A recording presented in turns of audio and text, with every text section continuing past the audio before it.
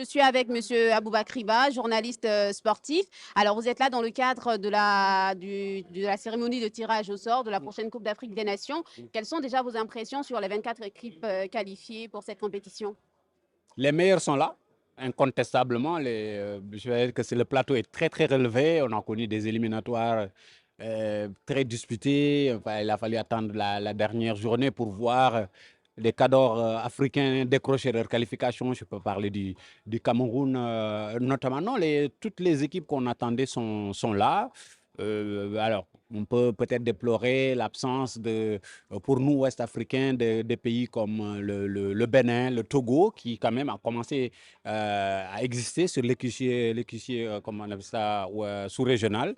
Mais globalement, les meilleures équipes africaines sont là, donc ce qui augure d'une très très belle CAN. Mais si vous voyez un peu les chapeaux, vous voyez, même le chapeau 3 est trop élevé, est trop relevé. On trouve même d'anciens vainqueurs de la CAN dans le chapeau 3, ce qui veut dire qu'on aura forcément une très très belle CAN sur le terrain en tout cas. Alors, je précise, hein, vous êtes sénégalais, Waouh. champion d'Afrique en titre. Alors, justement, quel serait le meilleur tirage pour le Sénégal? En fait, le Sénégal, ce n'est vraiment pas pour fanfaronner, etc. Mais c'est une analyse logique. Aujourd'hui, le Sénégal est archi favori pour cette CAN parce que tenant des titres, mais surtout ils l'ont gagné avec la manière, ils ont enchaîné les performances. Le Sénégal est dans une très belle mouvance. Euh, Quand on a ce statut-là, il n'y a plus de groupe de la mort ou de groupe facile. Pour être champion d'Afrique, il faut battre les meilleurs. Et malheureusement ou heureusement pour la compétition, malheureusement pour le futur vainqueur que je souhaite être le Sénégal, ils ne rencontreront que de grandes équipes. À la limite, dans le format actuel de la CAN, le premier tour n'est pas le plus important en réalité. Vous pouvez même terminer troisième et aller en huitième de finale. Le plus important, c'est cette régularité et cette montée en puissance comme le Sénégal a su le faire lors de la dernière CAN. N'oublions pas que lors de la dernière CAN, le Sénégal a marqué qu'un seul but au premier tour.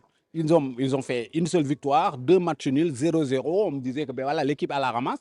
L'équipe est montée progressivement en régime. Je pense que c'est le parcours idéal. Ce n'est pas de sortir d'une poule très difficile. Le parcours idéal, c'est d'arriver au niveau de performance au moment le plus décisif. Alors, vous avez dit que le Sénégal part confiant, mais il y a quand même sa bête noire, l'Algérie, qui quand même est une équipe que le Sénégal n'a pas encore réussi à résoudre ce problème.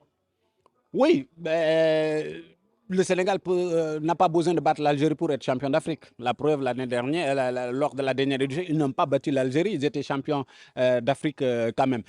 Bon, mais maintenant, comme je dis encore une fois, tout se joue, tout dépend du moment où vous rencontrez les équipes. La dernière CAN au Cameroun, vous avez vu par exemple le Nigeria qui fait un premier tour exceptionnel, mais qui se fait éliminer dès les huitièmes de finale. L'équipe était très vite montée en puissance. L'équipe a atteint son maximum très, très tôt. Tout le contraire du Sénégal, tout le contraire de l'Égypte.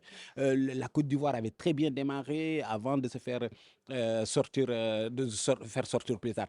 Le plus important pour moi dans une compétition à 24 équipes, ce n'est pas d'écraser la concurrence, ce n'est pas d'exister, ce n'est pas de faire la meilleure phase de groupe possible. Le plus important, c'est d'aller être performant à partir du quatrième, cinquième, sixième. C'est là où la compétition, on peut vraiment parler de compétition.